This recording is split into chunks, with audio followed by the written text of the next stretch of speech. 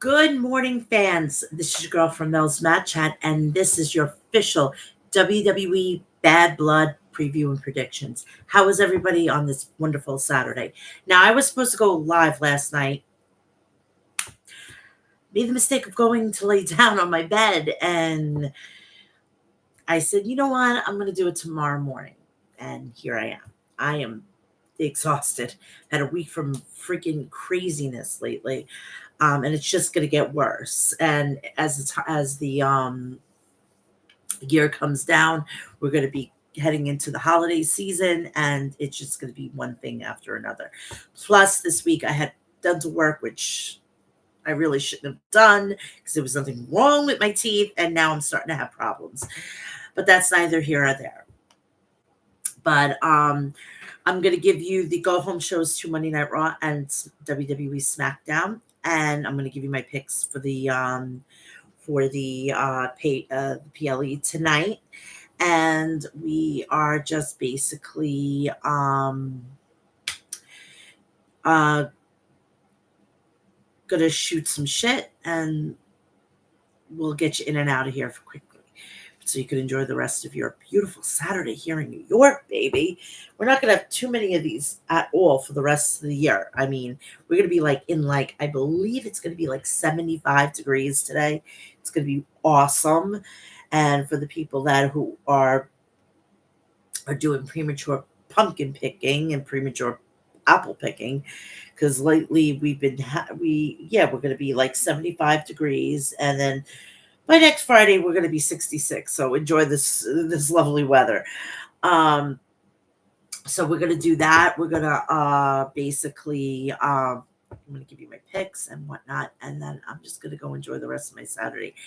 I wouldn't be here today, honestly. I wouldn't be here today because normally I would go to visit my kid today, but because he's been an asshole lately, I went to go see him yesterday, and it actually worked out fine. It worked out fine. And you know what? It worked out once. We're going to see if it works out again. If he has got a Friday off, and I know that I'm going to see him that next day, I'm going to go visit him on Saturday. It's just so much easier with traveling.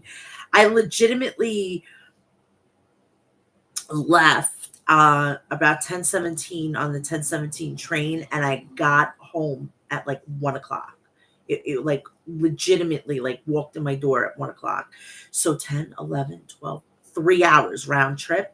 I will take that all day. I will take that all day. I will go a little earlier if he's having a good day. It's just he was being very how can I explain this? Um he was being his behavior has been not how helpful, and I think we've kind of figured out the reason why, and I'm not going to like get into it, but let's just say it's on the facility's problem, and it's not mine. It's not my son's. It's my facilities, because of their lackadaisical practices. But hopefully we can nip this in the bud, and we can get on with the rest of the time that he's there, because he will be leaving when he's almost 22, because of the fact that he gets an entire another year because of his birthday, and I'm pretty excited about that. So he gets an extra year and whatnot, so that he gets an extra year of help, and he gets the extra year of like preparing him properly for outside, and he can then hopefully be able to do his thing and be able to live a productive life.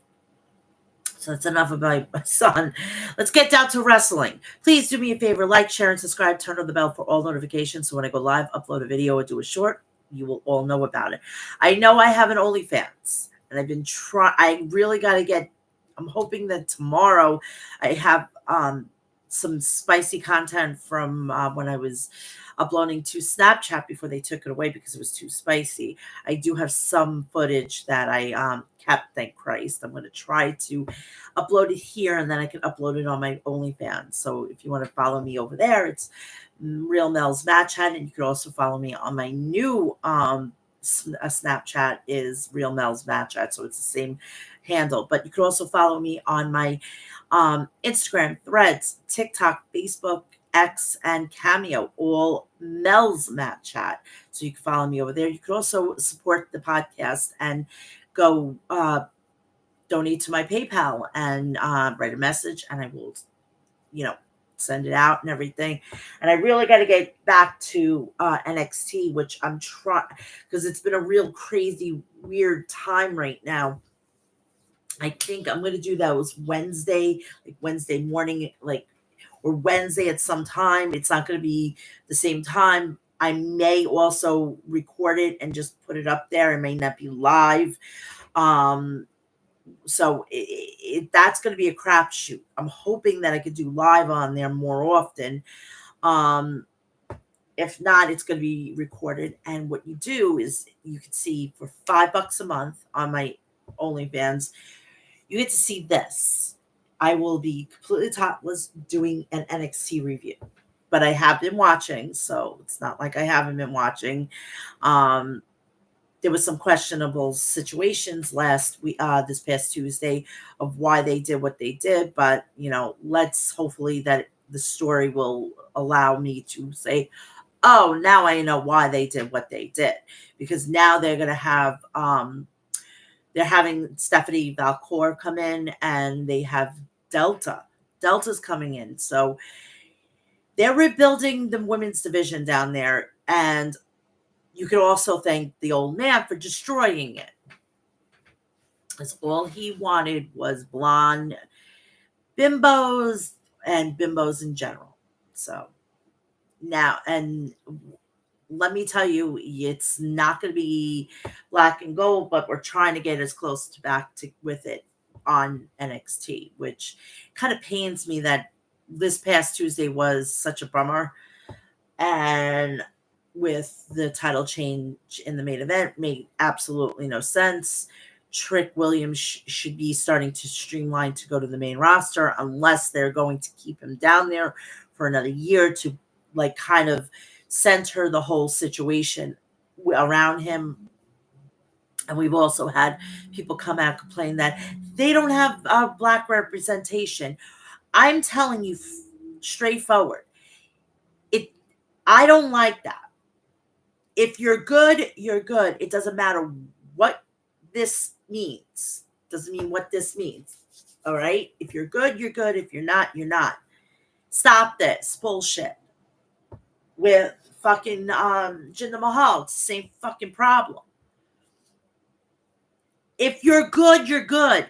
You should not have a spot in a fucking company to stroke some narrative in this world.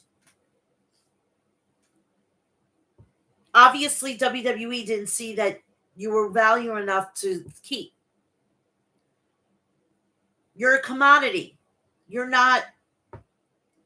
shouldn't have a job just because, we have to satisfy this. You put fucking Roman Reigns in any fucking goddamn culture or any region of the world, that's what makes the money. If you're not making money, they're not going to have a reason to keep you. It's I wish people would fucking understand that.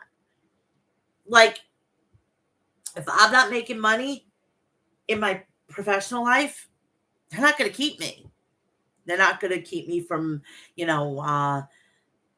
continuing on. They're going to say, you know what, we're going to cut costs and your job has become obsolete.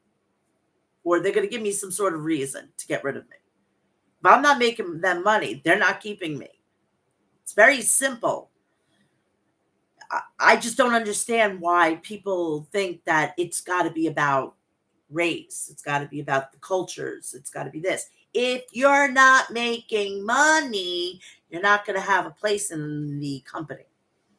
So obviously, WWE has been in business for fucking decades, almost a whole century, if we keep going.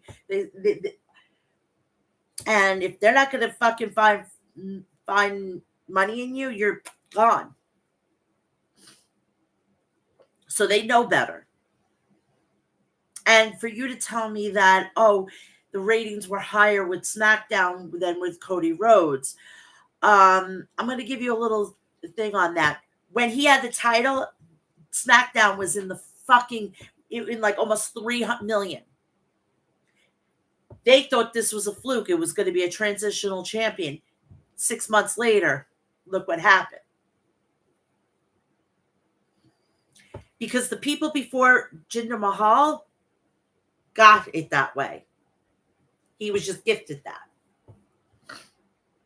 Just like somebody coming in from dealing with a mess with the government. They're going to have to clean up their mess, or they're going to get their windfall. They're going to get their hard work. It happens every single day. It's just your job to either maintain it or to clean it up as either the mayor, governor, or president. It was his job to fucking goddamn maintain the viewership, which he didn't do because it kept going down.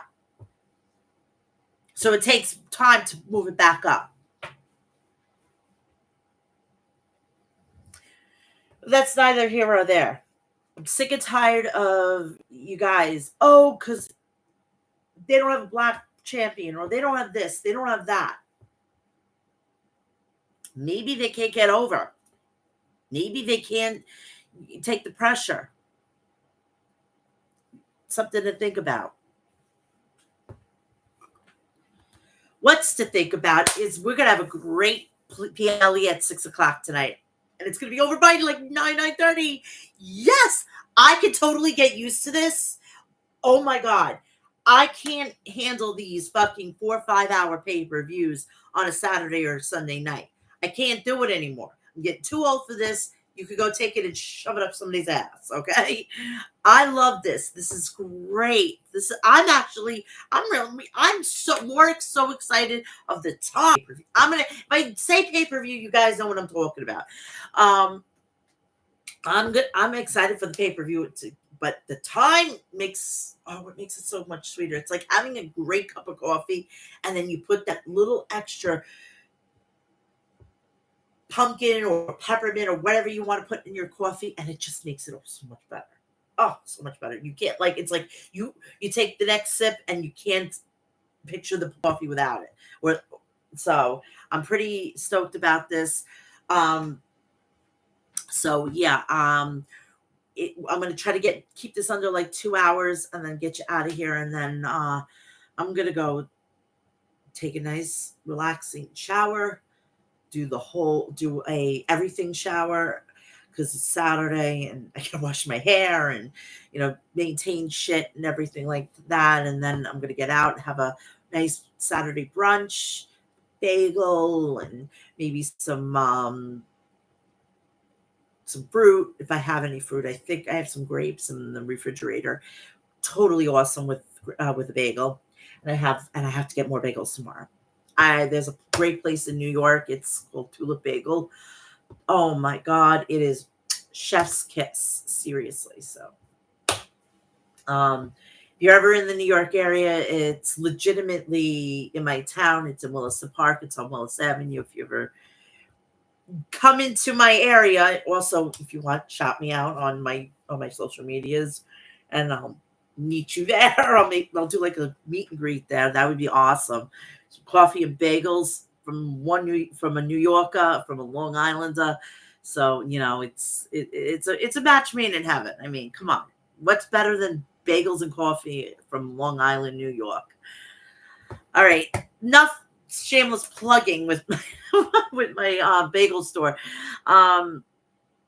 Please do me a favor. If you have a beard and you want to keep it tight, please go check out Maestro Classics at maestroclassics.com. Visit their website for all your beard essentials. If you're dying of thirst and you want to murder your thirst, do me a favor and go check out the people over at Liquid Death at liquiddeath.com. Get all your artillery, which is regular spring water, unflavored salsa water, flavored salsa water, iced tea, power drink packs, and you could turn any of those drinks into a sports drink And then they have this chocolate fudge soda. That's you, not me. But they have really great merch. So go check it out at liquiddeath.com. And those holidays are coming, so it would be great if you're a coffee aficionado just like I am. Go check out Death Wish Coffee at deathwishcoffee.com. Sample their world's strongest caffeinated coffee with the lowest acidic rate. Plus, they have great merch, and it's a great idea for those coffee fiends. Great idea to get them a nice either subscription or a basket. And it's a one-time thing. You can make a bet. You can get all the products, put it in a basket, and then give it to them at the office parties or the schools or whatever, wherever you work and everything, or if you're giving it to a special someone or whatever the case may be. But go check it out at deathwishcoffee.com. Now, I support independent wrestling. I support the lovely promotion here in the metro area, which is House of Glory. Do me a favor and go check out all their content on the Thriller app. Download it. You're going to get all the back paper. You're going to be swimming in freaking content. If you just want to binge watch that and you matches you've never seen, matches that you never thought you'd see, you could go check it out. It's on the Thriller app, and it's HOG Wrestling and House of Glory. If you want to go and check out their next event, it is on October 18th, which is in like 2 weeks already. Christ. They're gonna be having two amazing matches already signed. It's Masato Tanaka, former MLW World Heavyweight Champion and former ECW alumni. He's going to be facing HOG Wrestling's champion Mike Santana, and we have the TNA World Heavyweight Champion Nick Nemeth, and he's going to be facing El Helio Vikingo. And coming from the land down under, we have Salvation coming to make her debut. So if you want to get your tickets at hogwrestling.net, and if you can't make it and you want to see this, it's going to be on the Thriller app. So go download it. It's on your TV, your mobile app, mobile phone, your tablets, whatever. I check PlayStation or check wherever you can, whatever store, just check it. It should be on there. I mean, at this point, So let's get this party started. Let's go to Monday Night Raw's Go Home show.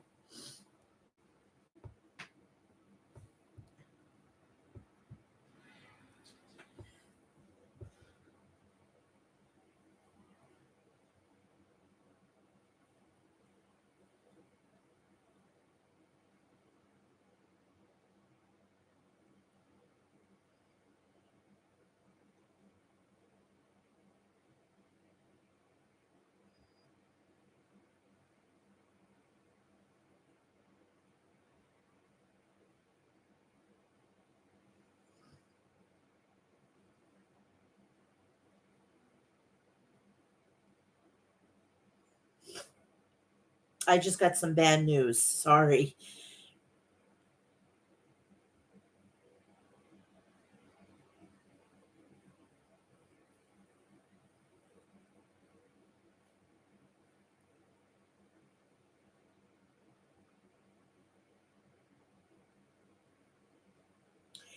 I just got a very bad news. I'm sorry. I want to announce it here. In my neighborhood, there's a little Yorkshire Terrier. Her name was Estee, and she was so close with my mother. And I just found out that they put her down.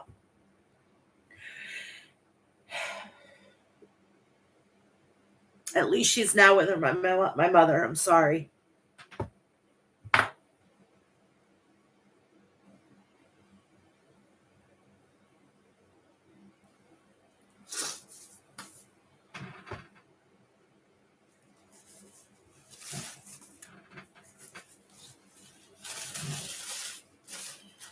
You think I pay for fucking napkins? My son eats donuts like they're going out of style. I fucking take extra napkins.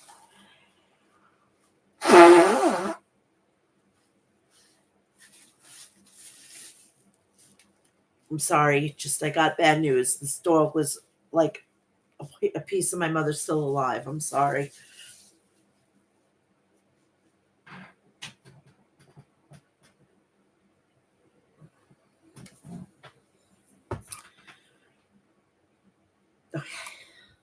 Let me recalibrate myself here.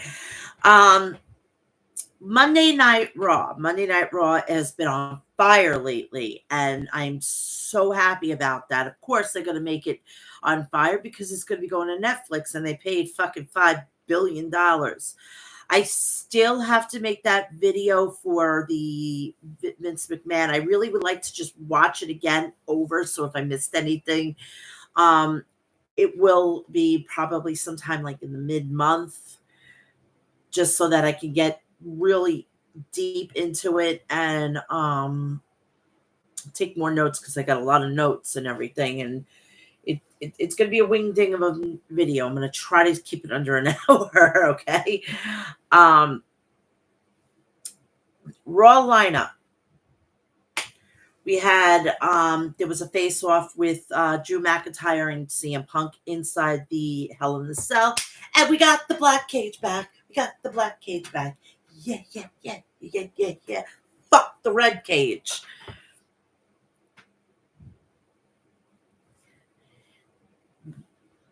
Jey Uso appeared to celebrate his win with the Intercontinental Championship. We had a 6-man tag match. We had Judgment Day versus the LWO. We had the last monster standing match, Braun Strowman versus Bronson Reed. We had a singles match. We had Rey Mysterio versus Xavier Woods.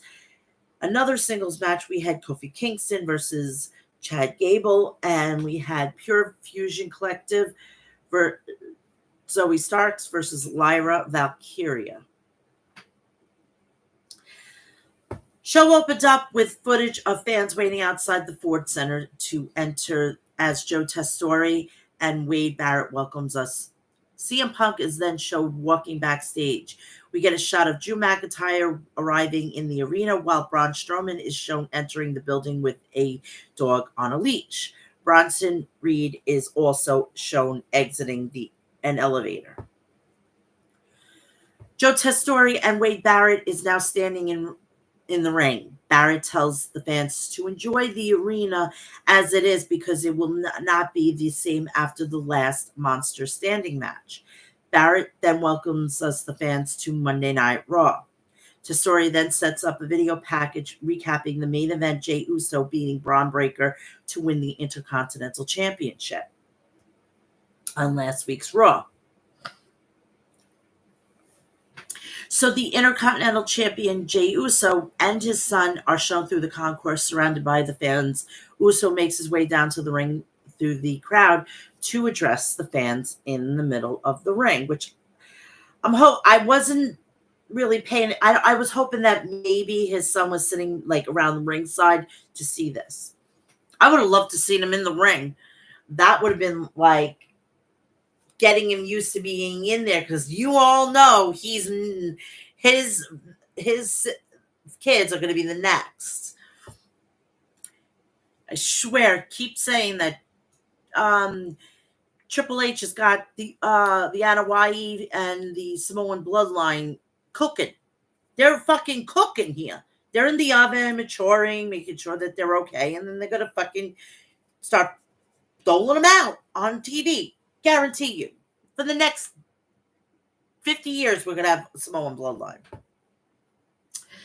Jey Uso starts off by saying that he is now in their city. Jey then promises to be a fighting champion, and everyone who wants a title shot wants a shot at his title, then says he appreciates and loves the fans. Jey then thanks the fans for their support over the years and says it's special for him to walk to the ring with his son behind him. Jey then says it was a hard ride to get to where he is today after everything he went through in the bloodline, and he was a twin for his whole wrestling career until now. Jey then says out of everyone in his life, his biggest fan is his mother. Jey then says he spoke to his mom and she told him to go out there. show everyone who he is, and get the Intercontinental Championship. Jay then holds up his Intercontinental Champion and tells his mother that they did it. And they gave him his very own Intercontinental. It's a little revamped and it has more blue in it, which is pretty cool to have that. So Braun Breaker comes down to the ring. Breaker says he's not there to spoil Jay's fun, but rather for the respect he has for the Intercontinental Championship. Breaker then says the title has a long history, and after their battle last week, he has the same respect for Jay as he does for the title. Breaker then says Jay has made the importance of the title to him, and his family knows, and his family known. And Jay was the better man last week. Breaker then promises not to spear or attack Jay, then says he felt like he should be the first one to come to the ring to congratulate Jay. Breaker then extends his hand to Jay, and I just said Bray, right? I just said Bray. Ugh.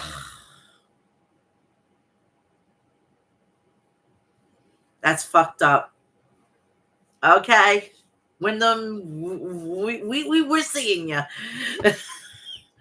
Then extends his hand to Jay, and Jay shakes it. Maybe because it's generational. Maybe that's the reason why he can't. That I accidentally said his name. Breaker then extends his hand to Jay, and Jay shakes it. Breaker then looks to head to the back, but Jay stops him and says with a smile, there were some dogs in Indiana. Breaker then smiles back and exits the ring. Totally fucking classy. See, this is what I love. This is what I love. This is the shit that I love. We get highlights of the backstage argument between WWE Hall of Famer Rey Mysterio and Xavier Woods that sets up their match. Mysterio then makes his way down to the ring for the first match of the evening. Joe Testori then notes that Raw will be reverting to 2 hours starting next week, and it will be at usual time. So it's going to be 8 to 10. Yes, I am totally loving this. Keep this good shit coming. We get a video package from earlier in the day. Dominic Mysterio and Liv Morgan hanging out by a lowrider. Dominic then gets a phone call from Finn Balor, who tells him that he was having travel issues. Balor then says Dominic can tell Morgan that the business is taken care of. So much for a leader. I mean, he claims that he's not a leader, and he keeps doing leader things. Total fucking hypocrite, Finn Balor is. JD McDonough and Carlito then showed up walking away from the lowrider. So, for a person that says no leaders, no egos, I hope they're not blind. They're blind as fuck. They're blind as fuck. Seriously. First match of the evening. WWE Hall of Famer Rey Mysterio versus the New Day's Xavier Woods. The match starts off with Woods hitting a dropkick on Rey, going for a pin, but Rey kicks out and sends Woods crashing into the corner. Rey then charges at Woods, but Woods hits Rey with a boot. Rey then responds with a Hurricane Rana and a Tejedas that sends Woods crashing out of the ring and follows it up with a senton off the apron to land on him on the outside. Rey then delivers some back elbows on Woods and sends him crashing out of the ring through the ropes. Rey then hits a springboard moonsault and then nails him with a senton off the top rope. Back in the ring, follows up with a crossbody. Rey then goes for a pin, but Woods kicks out. Rey then hits some shoulders on Woods midsection and delivers some right hands on him in the corner. But Woods gets Rey in the electric chair position. Rey then escapes Woods, grasps and hits him with a Hurricane Rana that sends him crashing into the ropes. Rey then dials up for a 619. Woods avoids it. Woods pulls Rey's mask off and rolls him up for the win. I believe that there is some sort of like unwritten rule or something like that, that if he gets his mask pulled off, then match stops. I think it should just be a no contest, and then they could give another match and the continuation of the match. But I think Woods is gonna fucking turn heel, and I'm gonna be really interested of how this is gonna go.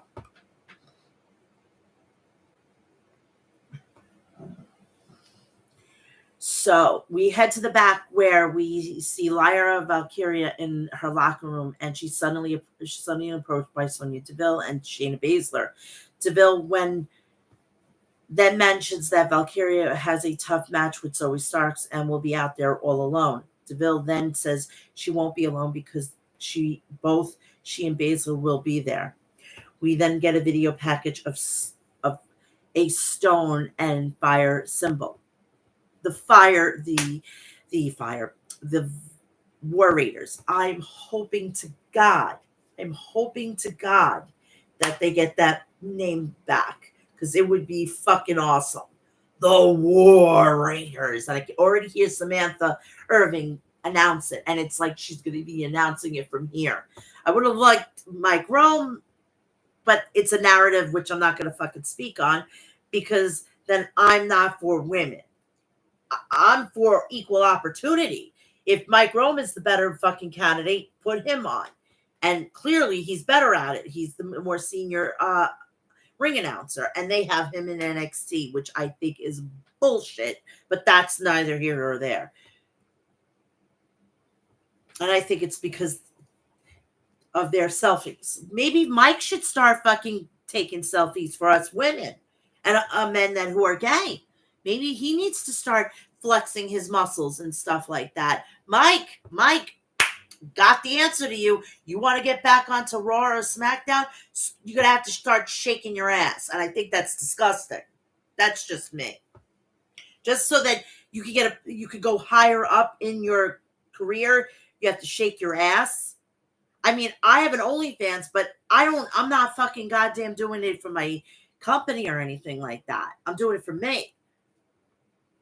I think that's a little, especially in the climate that we have, doesn't sound kosher. We then head to the back where we see Kofi Kingston ask Xavier Woods if he intentionally removed Ray's mask. Woods then gets defensive and says he will never do that. Kingston then says Jey Uso offered him an Intercontinental title shot. Woods then says he will be by Kingston's side while he climbs the mountain again. Kingston then tells Woods that he actually told Jey he deserves the match, and Jey agrees. Woods then goes from the mopey to happy and says he wants to be at Kingston's corner for the match later in the show. Karrion Kross then is shown in the background.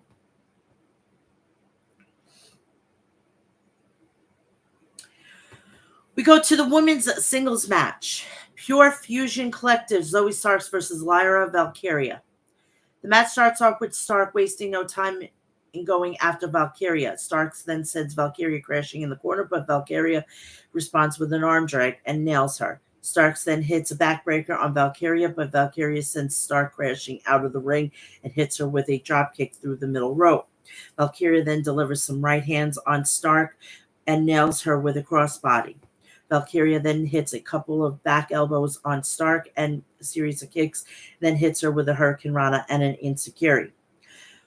Stark then hits a drop kick on Valkyria off the top rope and goes for the pin. Valkyria kicks out. Stark then delivers some right hands on Valkyria, then follows it up with a Z360 for the win. And Zoe Starks, which I'm glad she won. I'm slowly warming up to Zoe Stark, especially since she has that heel turn. After the match, Pure Fusion Collective looked to beat down Valkyria down, but Kayden Carter and Katana Chance make their way down to the ring to make the save. Carter and Chance then take down Baszler and Deville, then hit them with a keg stand.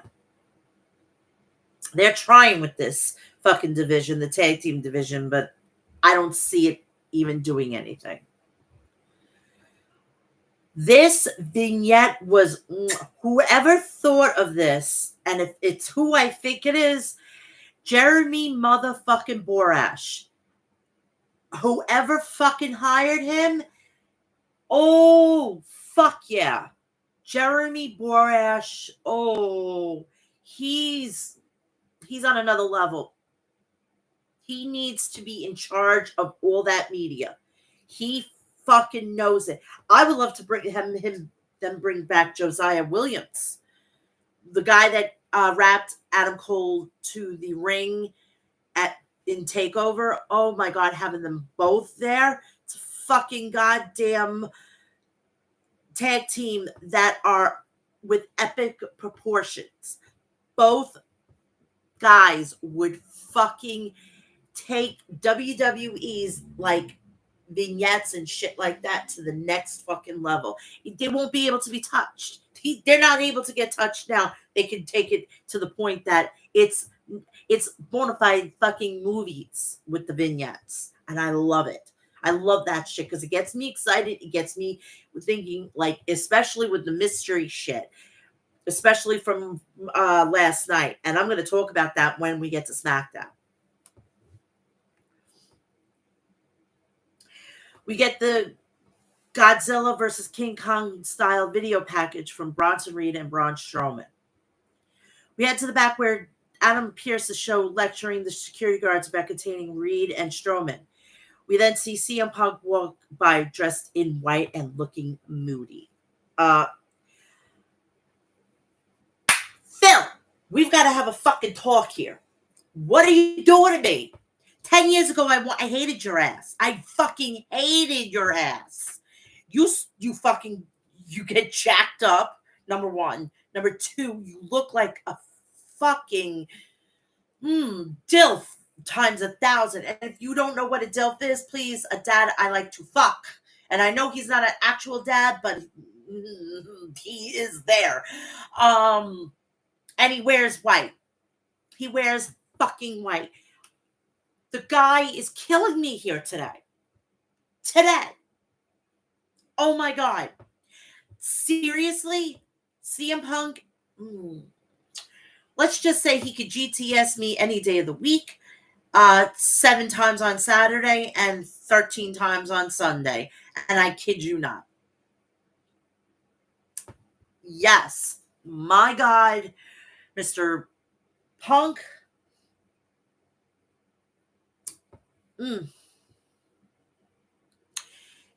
He could be my savior any single fucking day of the week, too.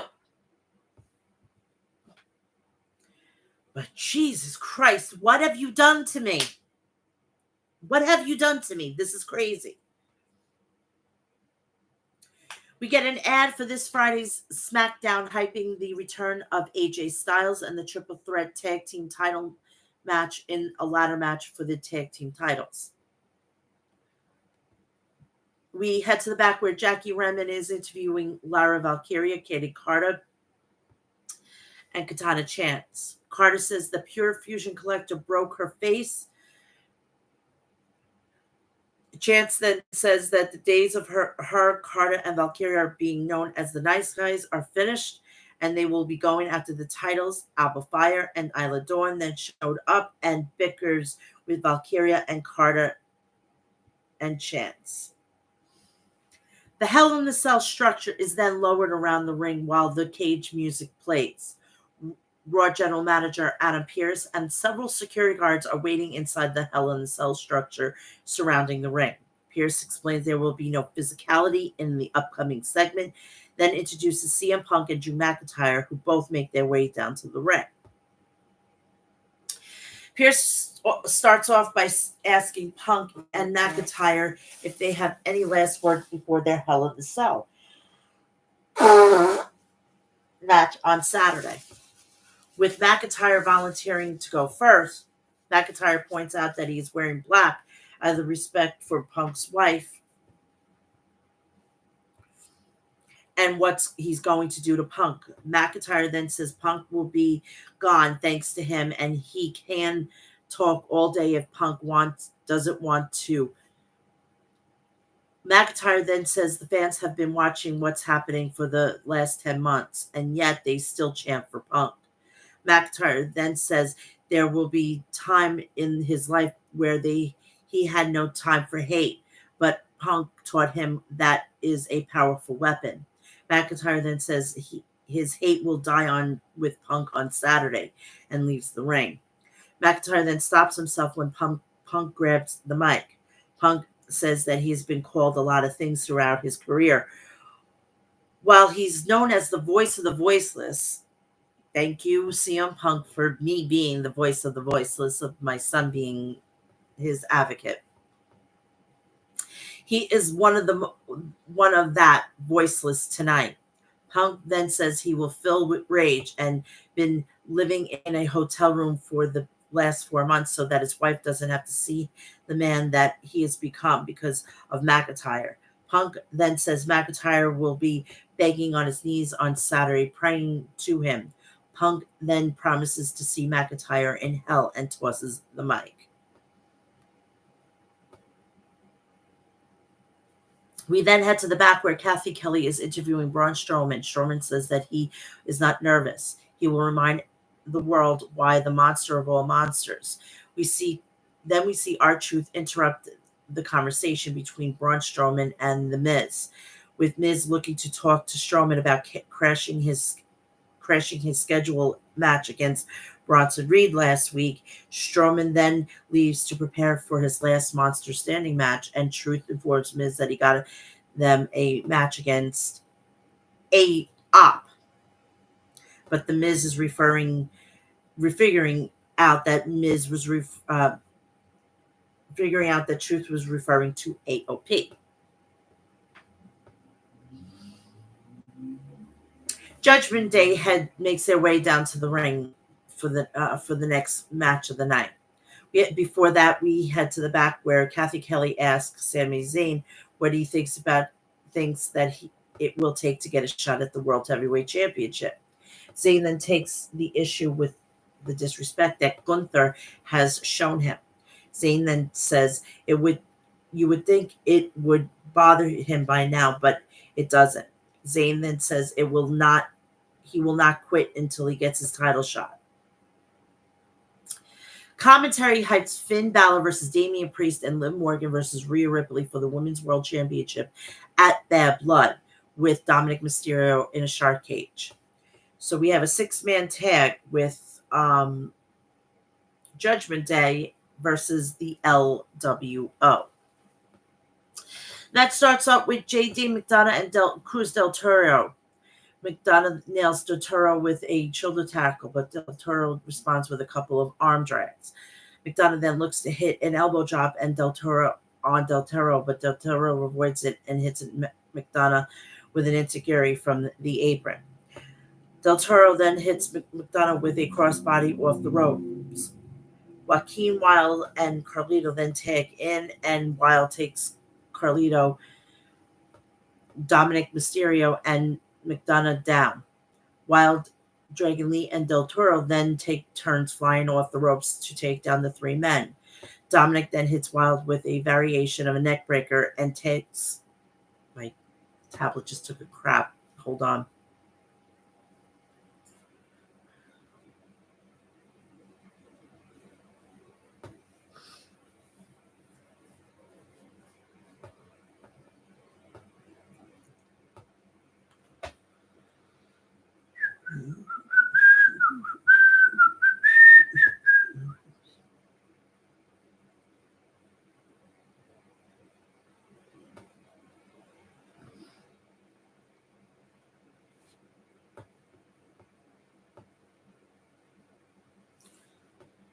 Elbow drop on Del Toro, but Del Toro avoids it and hits McDonough with an enziguri on the apron. Del Toro hits McDonough with a crossbody off the ropes.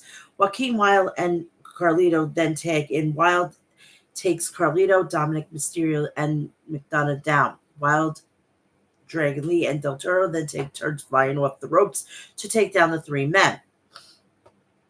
Dominic then hits Wilde with a variation neckbreaker and tags in McDonough. Lee and tag Lee then tags in and hits an Hurricane Rana on McDonough. That follows it up with a German suplex on McDonough and a jumping knee on McDonough. Lee then takes down Carlito. Del Toro then tags in and hits a dropkick on the three Judgment Day members who have been stacked on top of one another in the corner. Wild then tags back in, and Del Toro and Lee hold the ropes for him to fly and land on McDonough. Lee and Del Toro then take flight themselves to take down Dominic and Carlito. Wild then gets McDonough back in the ring and climbs on top, but Morgan distracts the referee as Finn Balor pushes Wild off the top rope. This then opens the door for McDonough to hit the Devil Inside for the win. So Judgment Day picks up the win. After the match, Finn Balor joins the other members of the Judgment Day in the ring for a celebration. I thought that there was no leaders. There was no leaders, Mr. Balor. Stop lying.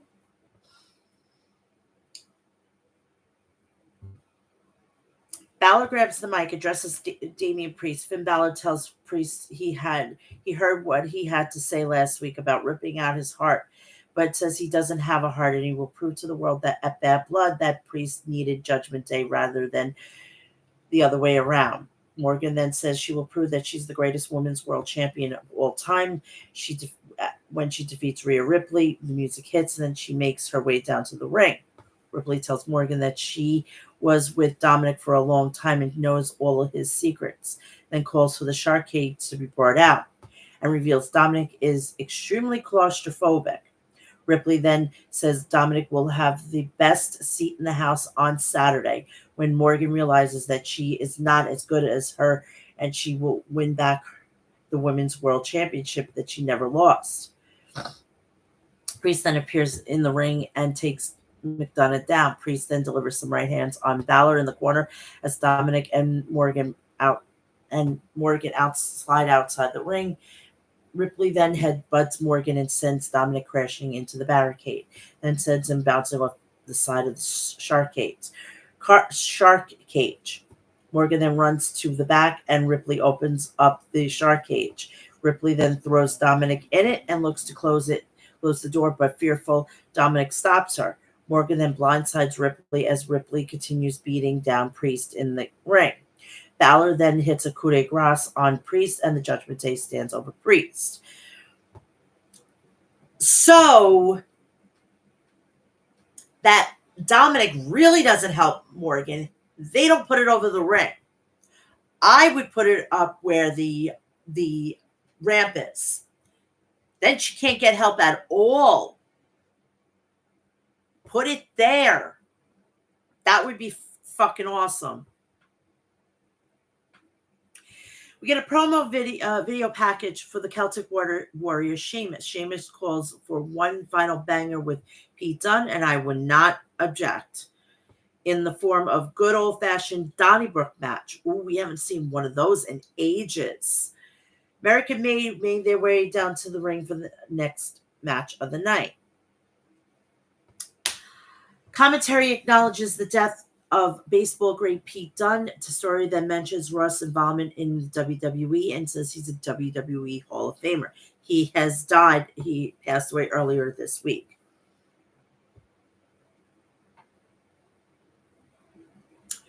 Singles match. Chad Gable versus Kofi Kingston. The match starts off with Gable sending Kingston crashing into the mat. Gable then looks to hit a monkey flip on Kingston, but Kingston lands on his feet and hits a springboard splash on Gable. Gable then rolls out of the ring before Kingston can pin him, but Kingston looks to fly to land on him. Gable then hits Kingston with a forearm and follows it up with a German suplex on him on the outside. Kingston then hits a dropkick on Gable. Gable then responds with a suplex and looks to hit a German suplex on Kingston. Kingston then rolls up Gable, but Gable reverses the fall, and both men continue taking turns pinning one another. Gable then charges at Kingston, but Kingston hits a boot on his head. Gable then cinches in the ankle lock, but on Kingston. But Kingston escapes and looks to hit him with a Trouble in Paradise. Gable then avoids it and counters into a second ankle lock. Kingston then escapes and hits Gable with an SOS and flies off the ring steps to land on American Made. Julius then looks to take a shot at Kingston, but Woods nails him. Nile then distracts the referee, and Woods trips Gable as he runs the ropes. Gable then hits a Chaos Theory on Kingston for the win. And that is that. After the match, Woods acts scared and horrified that what he did to Gable backfired and tries to explain himself to Kingston. Woods is slowly turning heel, and I'm loving it. And the match between Woods and Kofi Kingston is going to be chef's kiss. And I thought we didn't have representation on the shows with black people. It's if you are good.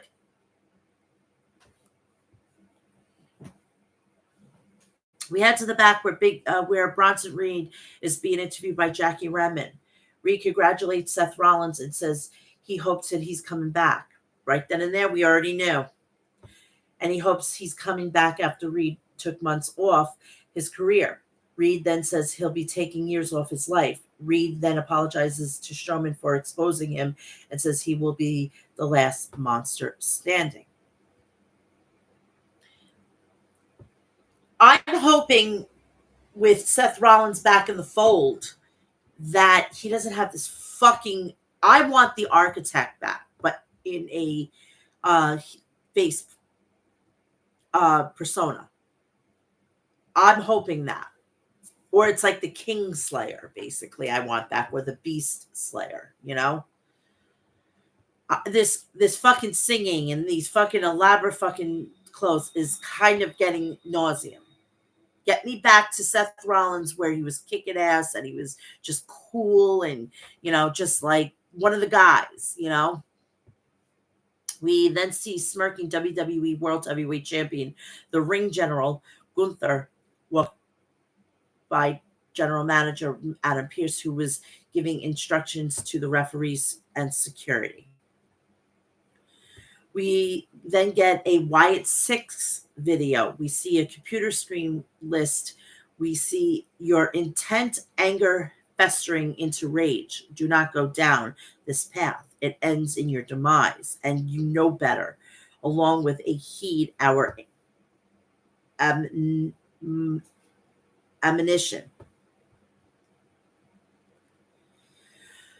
WWE World Heavyweight Champion, the Ring General, makes his way to the ring to address the fans. Gunther starts off by saying he loves every aspect of being World Heavyweight Champion and being the top guy. But the one thing he hates about his life is dealing with Sami Zayn every week. Gunther then says he couldn't ask for anyone more annoying than Zayn. Sami Zayn comes down to the ring. Zayn tells Gunther if he finds it annoying to deal with him every single week, there's a very easy way to put the end to everything once and for all. And that is to grant him a title shot for the World Heavyweight Championship. Zayn then says Gunther won't do it, and he knows why. Zayn then demands Gunther tell everyone why he won't face him, and Gunther says he's tired of telling him already. Gunther then says Zayn isn't on his level, and Zayn questions why he beat Gunther at WrestleMania 40 to become the Intercontinental Champion. Zayn then says it bothers Gunther so much because he thinks that he's better than him, and he's scared that Zayn will beat him again. Gunther then admits to being afraid of his reputation. Gunther then says after his legendary reign as Intercontinental Champion, he has a reputation to uphold. Gunther then says he was so busy making Zayn and was embarrassed in front of his family that he embarrassed his own family. Gunther then reveals he flew his family out to WrestleMania but chose not to parade them around. Gunther then recalls his father voicing his disappointment after he was dethroned as the Intercontinental Champion. and says that he doesn't expect Zayn to understand what it's like to have pressure of your family on your shoulders. Zayn then says Gunther crumbled after he beat him in April, then points out that he never asked for a rematch and disappeared off WWE TV in following weeks, all because his dad made him feel like a loser. Zayn then says Gunther is showing his dad that he is a coward. Gunther then blindsides Zayn with an attack and berates him. Zayn then delivers some right hands and on Gunther and in the corner and hits him with an exploder, then looks to follow it up with a haluva kick. Gunther then puts Zayn in a sleeper and then hits him with a power bomb. Gunther then grabs Zayn a World Heavyweight Championship match, grants Zayn a World Heavyweight Championship match, and heads to the back. Now, if you're wondering why this is not on Bad Blood, it's because Triple H has a mindset. The matches that are on Bad Blood are warranted. This is really not at this point. And he also has to spread the wealth through the two main shows because WWE got paid tons of money to be able to put these matches on, and they don't want to put all their eggs in a basket and not share the wealth. It's like one great podcaster, JD from New York, you can't give everything to one person. Like, you can't get a pizza pie and give all the slices to one person. You have three people. You have Raw, you have SmackDown, and then you got the PLE, pay-per-view. So Triple H says, instead of giving everything and put like 10 matches on a pay-per-view and not being substantial, let's do this and let's give maybe the PLE is really hungry and they're going to get a third of the pie, maybe a little bit more. Then he's got to think of, Raw and SmackDown. Look what happened last night. They had a ladder match, which normally would be on a pay-per-view, but they had to make that one special.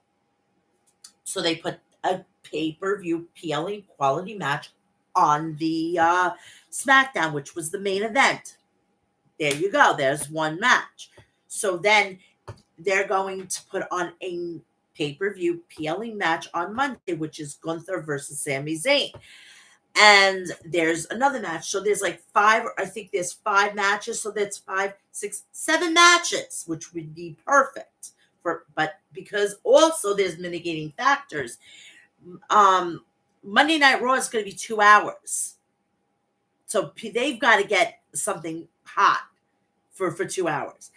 Number 2, they also have to worry about UFC now because they can't overstep their bounds with that because they have to be off at a certain time. So if they're going to put another match, it kind of negates and it kind of takes away from the matches that have already been announced. And if there's going to be a surprise, they don't want to take time away from other matches. So Triple H is time delegating. Get the picture? I think fucking goddamn Tony Khan needs to take a page out of Triple H's handbook and say, you know what? I have Collision. I have Dynamite. I think I'm going to make those special, and then take maybe 2 or 3 matches off the card, and then you can still make it quality, and you can give the superstars a lot more time. It's very simple. And I'm a fucking happy. I'm going to be in bed by 11 o'clock, people, on a pay-per-view Saturday. One happy bitch.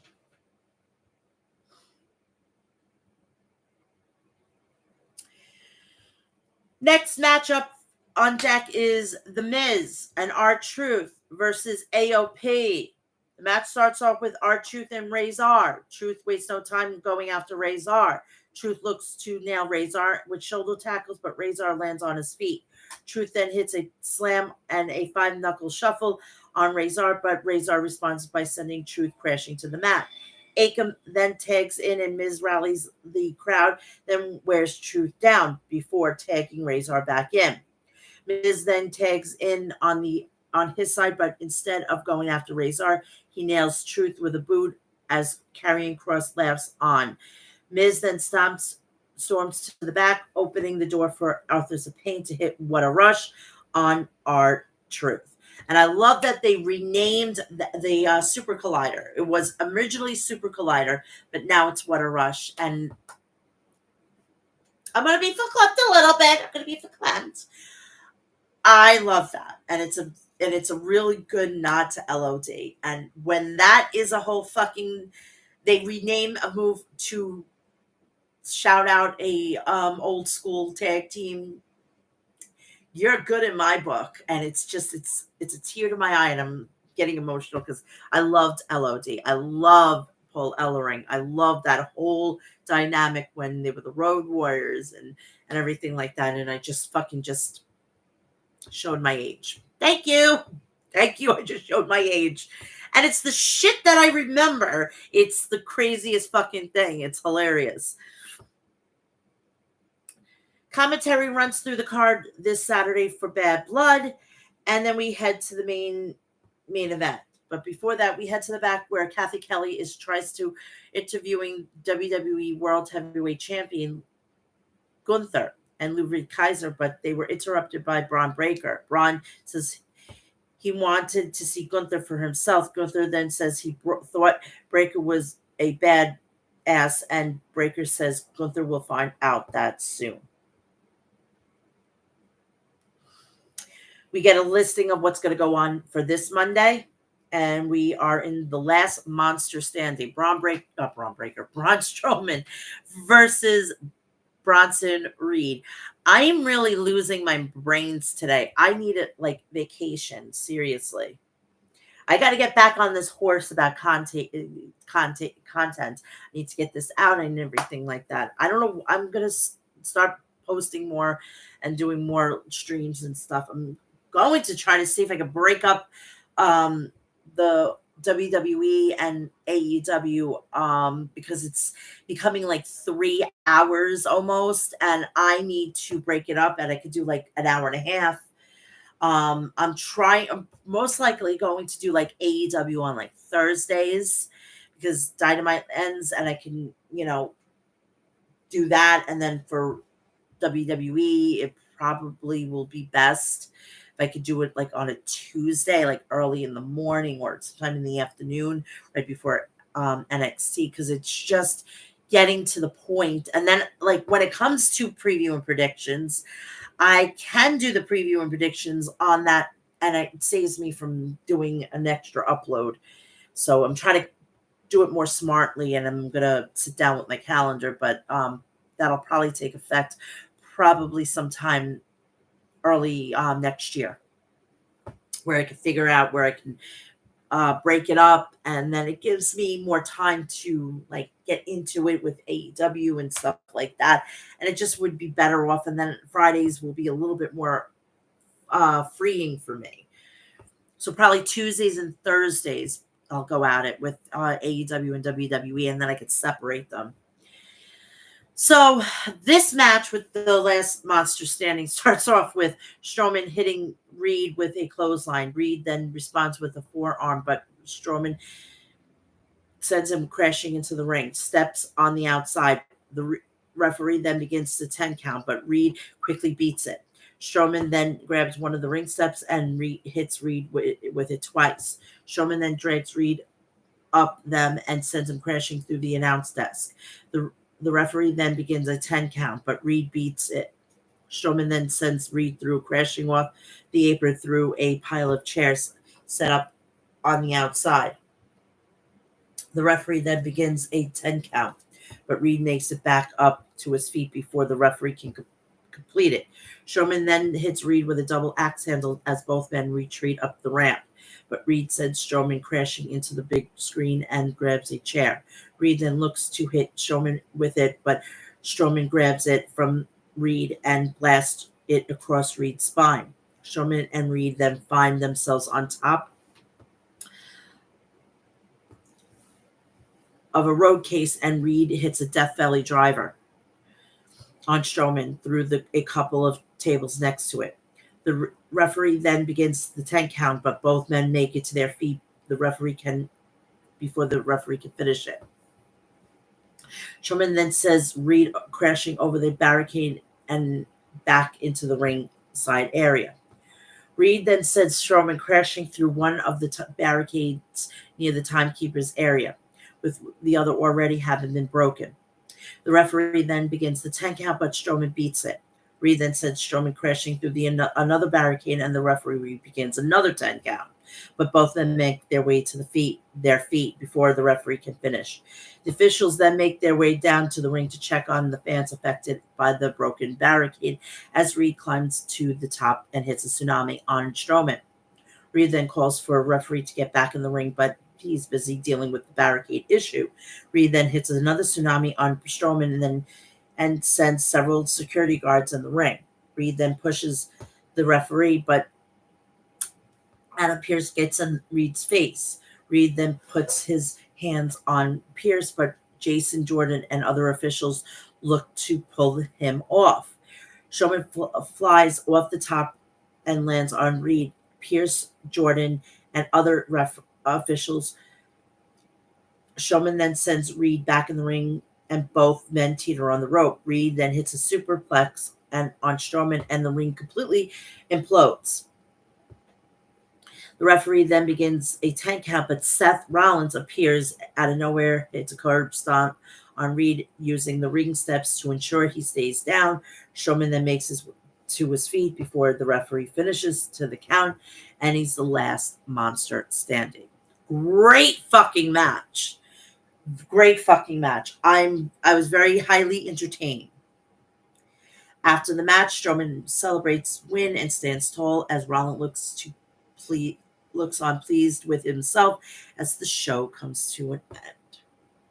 And that is Raw. That was Raw. We go on to SmackDown. SmackDown hasn't been okay as of late. So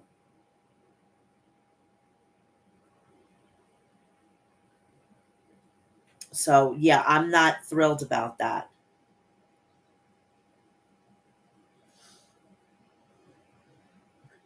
I need to get my card up for WWE Bad Blood.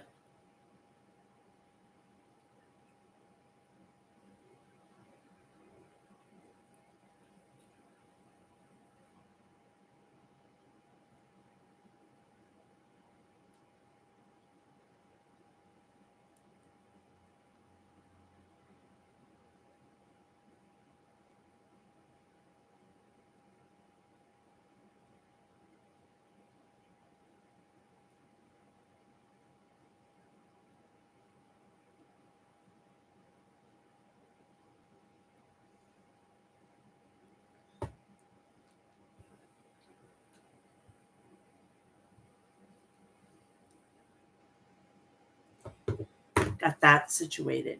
All right. SmackDown. SmackDown was the last match was the only thing that I really cared about. The others I really didn't give two shits. But please, we're the halfway point. Please do me a favor, like, share, and subscribe. Turn on the bell for all notifications.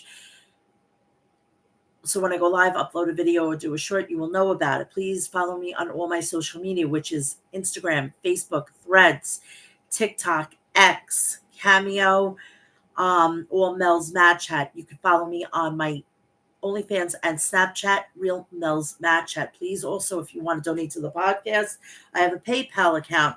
You can donate as much as you want, and you can send a message as well. You can also do that on Cameo as well. I can actually, wish somebody a happy birthday, give them bad news. I'll have the blood on my hands. Bad blood, right? All right, SmackDown. SmackDown's lineup was Tiffany Stratton versus Naomi. Dumpster match versus Michin versus Chelsea Green. AJ Styles will make his return. And there was a tag team triple threat match for the tag team titles. It was DIY versus Street Profits versus Tangaloa and Tamatanga. It's still fucking bizarre to see fucking Tamatanga walking with a WWE title to a WWE fucking show. It's hilarious. I still think he's coming out at the Tokyo Dome and fucking with Roman Reigns. I need to see that match. I need to see that match. I need to see them both looking at each other. I would have loved to see the fucking goddamn first conversation between the both of them. Like, yo, bro, you had to antagonize me in New Japan. You knew that this was going to not end well for you. You trying to attack me.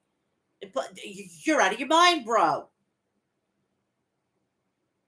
But your family, I got to fucking deal with you. Put it here, and they hug.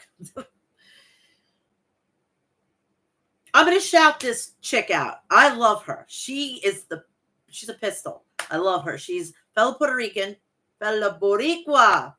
Her name is Issa, the Diamond Diva. And I need to acknowledge her and her beautiful little Yorkie. Her Yorkie, his name is Roman. So you can figure out where I'm going with this. She is obsessed with Roman Reigns, and I find it hilarious. Her stories and what she does and everything like that. And she made sure she's going to be there tonight, and she's now in Georgia, and she's acknowledging him multiple times. But go check her out. Go check her out on Twitter and everything. Tell her that I sent you and I love her, and it's so fucking awesome to see another woman doing this thing, you know. All right. The show opened up with Michael Cole and Corey Graves welcoming everyone to the show and the shot of Nashville. We get shots from earlier the day with the Bloodline, DIY, and Straight Profits coming to the arena. Country singer Hardy was introduced, and he was already in the ring. Wrong Hardy. When you mention Hardy, two people come in mind, and it's the Gothic Baby and Rebby Hardy. I'm joking, it's Matt and Jeff. I had to. She's my girl. I love her. Hardy then introduced the Phenomenal One, AJ Styles, and he makes his way down to the ring to address the fans. AJ Styles starts off by saying he has missed the fans, and it's only fitting that he is in Nashville tonight. It's where it all started for him, TNA. Styles then says over the course of the past couple of months, he's done a lot of things he regrets, but he's not here to talk about the past. Styles then says he wants to rebuild his legacy. Oh, excuse me. Fucking air bubbles. Legacy. And while a lot of people don't like him in the back, SmackDown is still where the house that he built. Carmelo Hayes' music then hits, and he makes his way down to the ring. Hayes says that he's not surprised that there's not a long line of people wanting to welcome Styles back after everything he has done, but he wanted to do so. Hayes then says he's been holding things down while Styles has been gone, and he's a huge fan of Styles. Then he says he loved old timers like him. Hey, buddy, I'm not that much younger than AJ Styles. Watch it.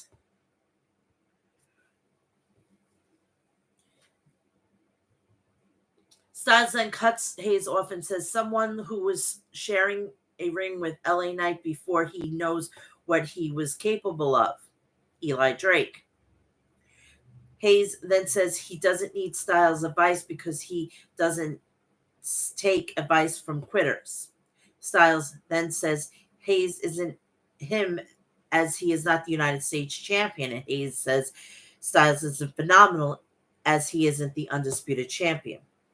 Styles then challenges Hayes to a match, but Hayes declines to accept.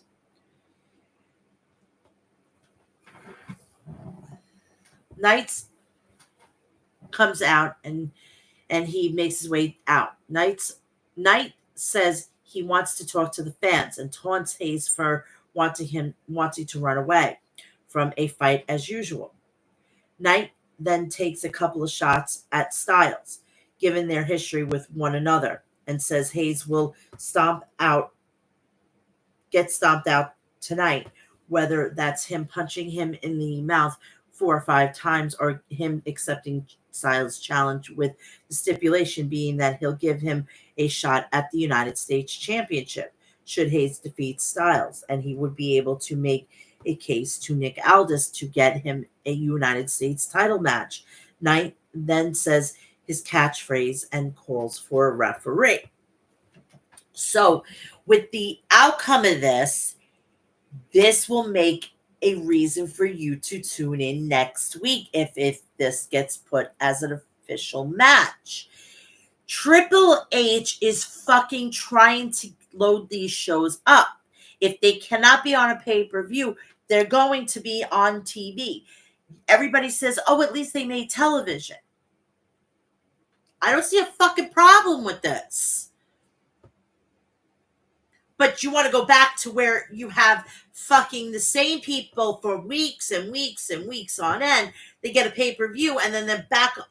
See, Triple H is in a, I think the way there he's doing it is that he's got groups and he rotates them out and then rotates them back in. And that is what they should be doing. So it gives everybody an equal opportunity. So if you're not on the PLE this month, you'll be on it next month. Or you could be on in a main event. So there's always going to be a place for you.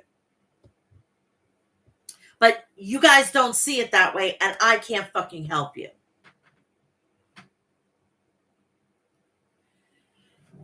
So the match commences. The match starts off with Hayes delivering some strikes on Styles, but Styles responds with some chops on Hayes in the corner and nails him with a dropkick.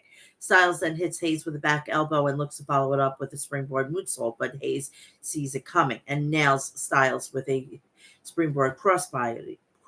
Hayes then goes for a pin, but Styles kicks out. Hayes then hits a suplex on Styles, but goes for another pin, but Styles kicks out once again. Hayes then says Styles out of the ring and gloats, then hits Styles with a couple of right hands on the apron and sends him crashing into the announce desk face first as LA Knight watches from the announce desk. Styles then nails Hayes with a clothesline and follows it up with a forearm. Styles then hits Hayes with a splash in the corner and follows it up with a shoulder breaker, but the referee calls for the bell after Styles grabs onto his leg, appearing to be injured. The way he fell, it doesn't look like it's a legit injury. It looks more like a work. And I'm liking that they're doing this, because then if just say they have to write the person off, or if it's part of a storyline, it gives more intrigue. I'm tired of people freaking doing something else and it doesn't make sense. So I'm kind of glad about that. So after the match, Alicia Taylor declares Hayes the winner, but LA enters the ring and hits Hayes with a BFT. Commentary sends us to the video package recapping the storyline between the Bloodline versus Cody Rhodes and Roman Reigns. Cole then questions whether Rhodes can truly trust Roman Reigns. I love these video packages. These video packages are sometimes better than what's going on in the ring. They are setting up for the dumpster match. So it's going to be Minchin versus Chelsea Green. And it's basically like the rules of a casket match. The match starts off with Minchin throwing Green a kendo stick as she holds one of her own. Green then charges at Minchin with a kendo stick, but Minchin nails several shots on her and follows it up with a tope suicida to take her down on the outside. Minchin and then sends Green back in the ring, then grabs a chair, a garbage can, and a table from under the ring. Green then looks to fly through the ropes to land on Minchin, but Minchin nails her with a tray before Green can, and she climbs to the top. Minchin then hits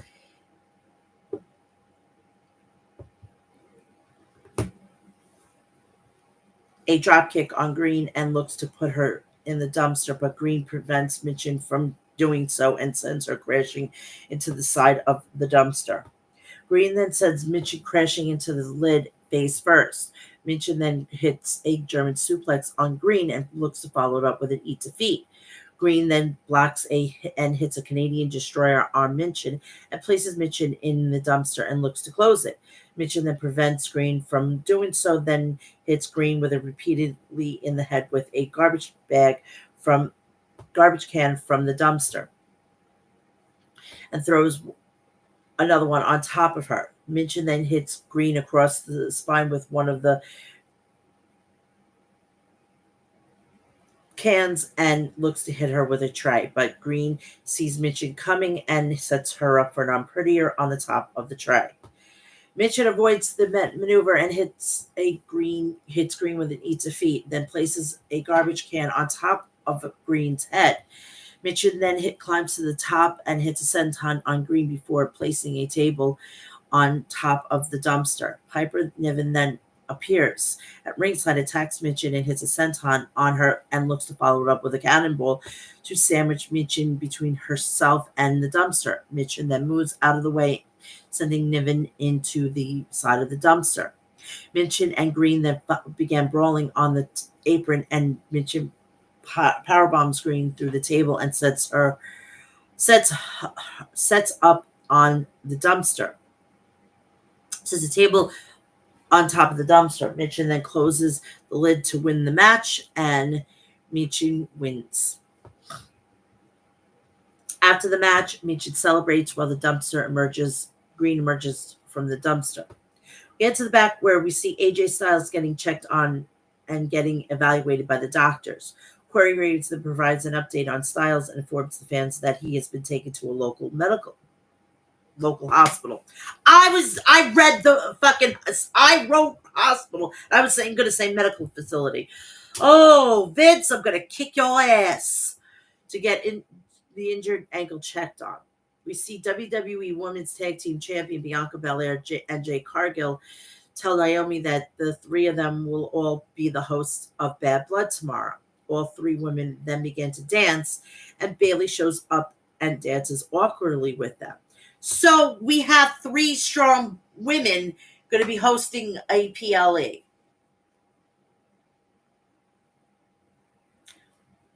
There's no reason for freaking all of them to be on there in a match. They will get theirs. Trust me. Survivor Series is coming up. Crown Jewel's coming up. Or Super Show, whatever. The fucking Saudi show. So if they weren't on here, they're going to be on there.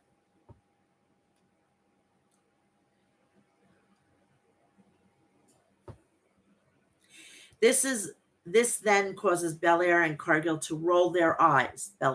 Bayley then asks for a minute to talk to Naomi, and she tells Naomi that she's going to call out Nia Jax, and when she beats her at Bad Blood, she will get the first title shot.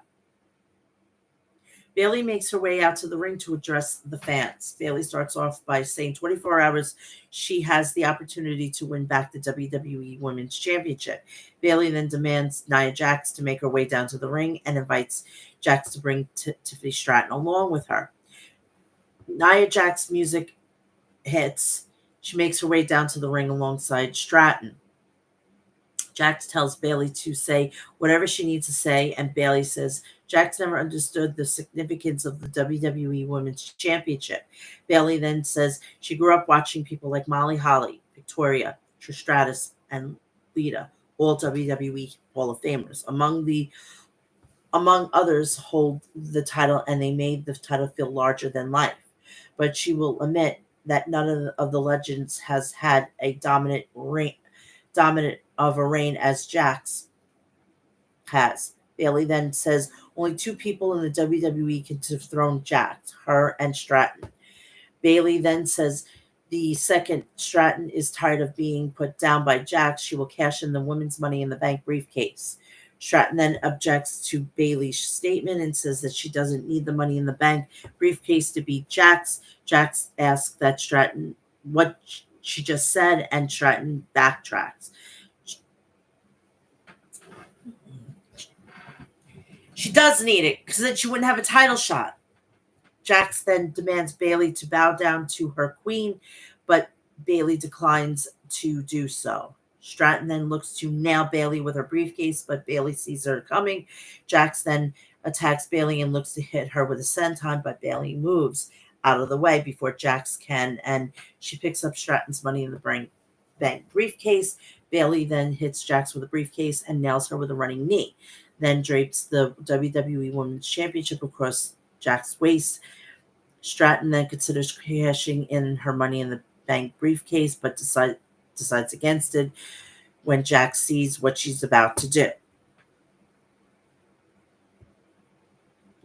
Naomi makes her way down to the ring for the next match. We head to the back where we see Piper Niven and Chelsea Green walking and suddenly they run into Pretty Deadly. Niven and Green also run into Grayson Waller and Austin Theory and Berto and Angel Garza, who oral gagged and how bad Green smelt. Niven and Green then run into SmackDown general managers Nick Aldis, who apologizes and uses a bunch of puns. Carmelo Hayes then walks up to Aldis and says he wanted a U.S. title match. Aldis says they will talk next week about it because he has to see how Styles is doing. So pretty much it'll be announced probably sometime during the week. So we have Tiffany Stratton versus Naomi. The match starts off with Naomi hitting a Thez press on Stratton, then followed up with a clothesline. Naomi clinches in a side headlock on Stratton. Stratton then escapes by sending Naomi crashing into the corner. Naomi then delivers some shoulders on Stratton's midsection and follows it up with a facebuster. Naomi then goes for a pin, but Stratton kicks out. Naomi then hits a suplex on Stratton, but Stratton responds with a jawbreaker and rolling senton from the apron. Pretty good, Rage. Oh my God, you're making the rounds this week between JD and Jesse and everything like that. I just appreciate you just popping in. I appreciate it so much. I love you. You are a sister from another mister, and I love you so much. And you're getting in a heart today. I love you. And enjoy tonight. Fucking A. I forgot you're going to Bad Blood. Enjoy. I want to see that OTS sign. Seriously. Go and enjoy yourself, girlfriend. I want to see that fucking sign tonight. I love it. If you're making one, I want to see that OTS family. We're all OTS family. Seriously, I love it. Go, girl. I love you.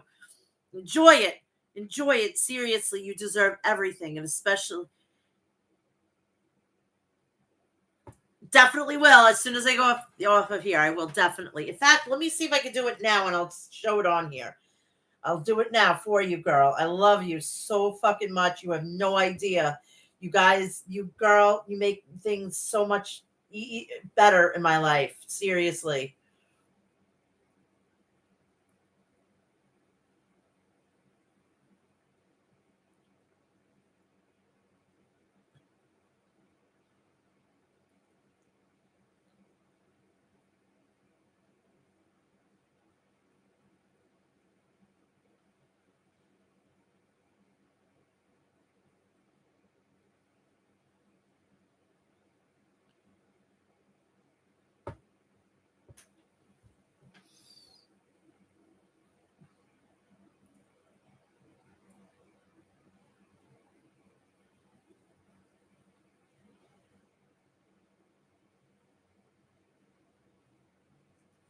This is from my girl Rage. She's going to be at Bad Blood today. And go fucking go. LFG.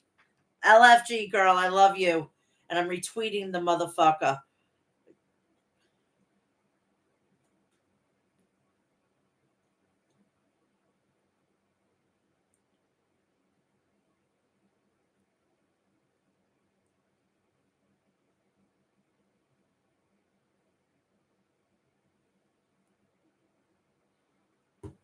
I had to.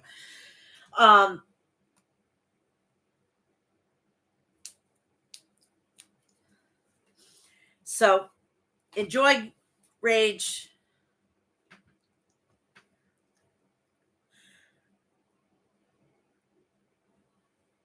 Hey, you made the sign. It's the effort that counts, and I love it. I love it.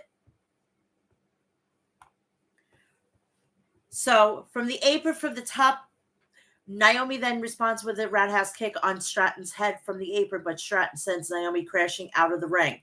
Naomi then places Stratton across the ring apron and hits her with a split-legged leg drop. Stratton and Naomi then trade forearm shots with each other, but Naomi nails Stratton with a leg lariat and a single leg drop kick. Naomi then hits Stratton with a bulldog off the ropes, then slaps Stratton and sends her crashing into the mat face first. Naomi then hits a couple of kicks on Stratton and looks to hit a face buster, but Stratton lands on her feet and nails Naomi with a drop kick on her face. Stratton then goes for a pin, but Naomi kicks out. Naomi then looks to hit a crossbody on Stratton off the top, but Stratton then nails her and gets Naomi on her shoulders. Naomi then escapes and looks to hit a split-legged moonsault on Stratton, but Stratton avoids it and sets up for the prettiest moonsault ever. Naomi avoids it, and Stratton hits her with a handspring back elbow in the corner. Stratton then goes for a pin, but Naomi goes for a pin, but Naomi to pin Naomi, but Naomi reverses the fall for the win. Oh, no problem, girl. I love you. Girl Rage. I love her. Go follow her on her YouTube and go follow her on X. I love her. I love her.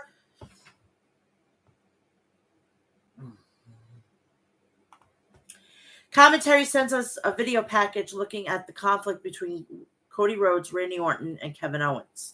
We then head to the back where the Samoan werewolf, Jacob Fatu, was talking about his love for his tribal chief. Fatu says his Tongan brothers love the tribal chief and others will learn to love him as well.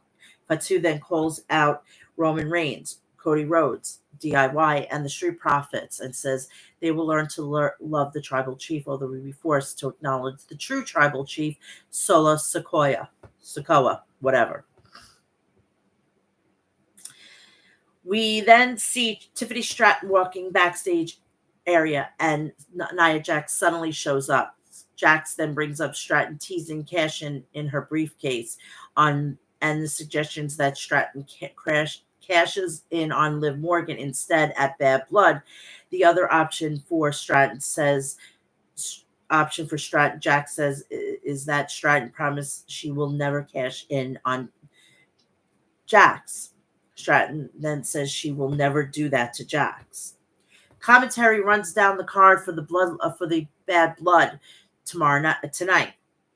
So we're going to have the ladder match, and which has DIY, Street Profits, and Tama Tonga Tangaloa for the WWE Tag Team titles. The match starts off with all six men brawling with each other. The Profits and DIY then send the Bloodline crashing out of the ring, then stare each other down before Montez Ford and Johnny Gargano hit kicks on Tama Tonga and Tangaloa from the apron. All three teams then climb up the ladder in the ring, but after being pushed off, the Bloodline pulls the Profits and DIY, pulls them down. The Bloodline then hits Ford with a ladder, then sets up one in the corner. Tonga then sends Tommaso Ciampa into the ladder and lower suplexes. Angelo Dawkins suplexes Angelo Dawkins on top of another one. Tonga then flies off the apron and into the ring to keep Dawkins down, then looks to dump a ladder onto Ciampa on the outside with Loa. Ciampa then moves out of the way and Loa hits him with a double axe handle. Loa follows up with a chop and then hits Ciampa with a ladder with Tonga. Dawkins then flies over the top rope to land on the Bloodline, but Gargano nails Dawkins with a tope suicida. Ford follows suit and lands on everyone on the outside. Ford then grabs the table from under the ring and sets it up on the outside. Loa then hits Gargano and Ciampa midsection with a ladder, but Gargano sets up a ladder and climbs on it. Dawkins then pulls him off and hits a right hand on him, but Ciampa hits a knee to the side of the head. The Profits then hit a blockbuster on Ciampa and Ford climbs up the ladder.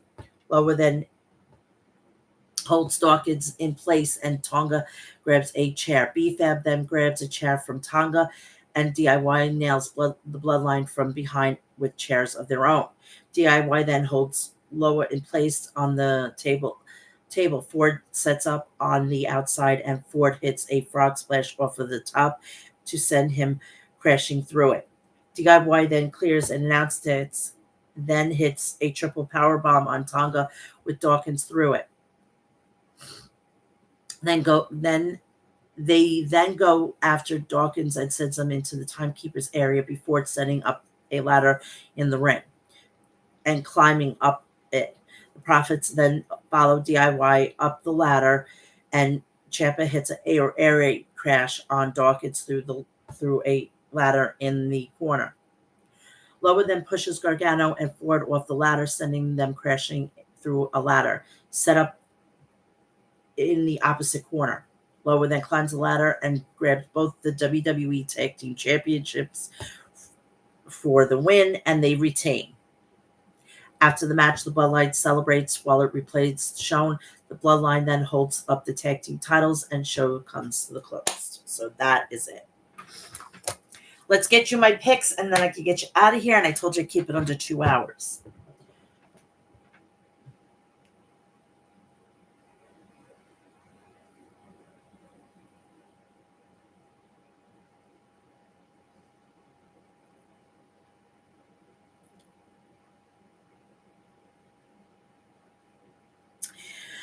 All right, Bad Blood for the Hell in the Cell.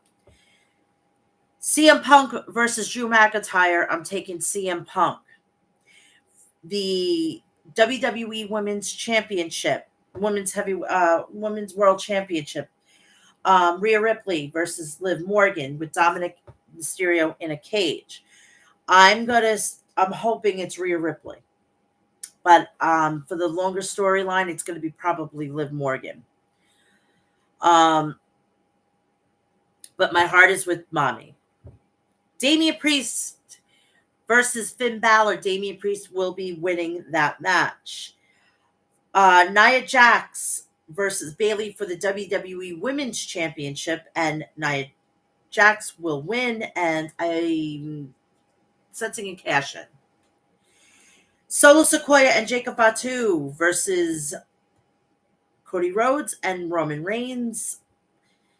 Solo Sikoa and Jacob Fatu will win, and they will have the appearance of The Rock. So that is that. That is my preview predictions. I hope that you like them, and I hope that that you understand where I'm coming from. So I will be back here tonight with the review of Bad Blood. Please go check out the rest of the content, including episode 359 is live right now. Please like, share, and subscribe. Turn on the bell for all notifications. So when I go live, upload a video or do a short, you will know about it. I will be back here next, probably Thursday, depending on if I'm going to consider covering AEW's Wrestle Dream. Just follow me, but I will be back here on either Thursday or Friday for episode 360. It just got to do if I'm going to cover Wrestle Dream, if I'm up for it. Also, please go check out Liquid Death at liquiddeath.com, Maestro Classics at maestroclassics.com, and Deathwish Coffee at deathwishcoffee.com. Please also go check out HOG Wrestling at hogwrestling.net. And please go follow me on all my social media, which is Instagram, Facebook, Threads, TikTok, X. I'm also, that's all Mel's Match Chat and TikTok and Cameo. Please also go check out me on Snapchat and Cameo, which is Real Mel's Match Chat. The others are Mel's Match Chat. And I'm on PayPal, so if you want to donate to the podcast, you can, and write a message, and I'll shout you out here.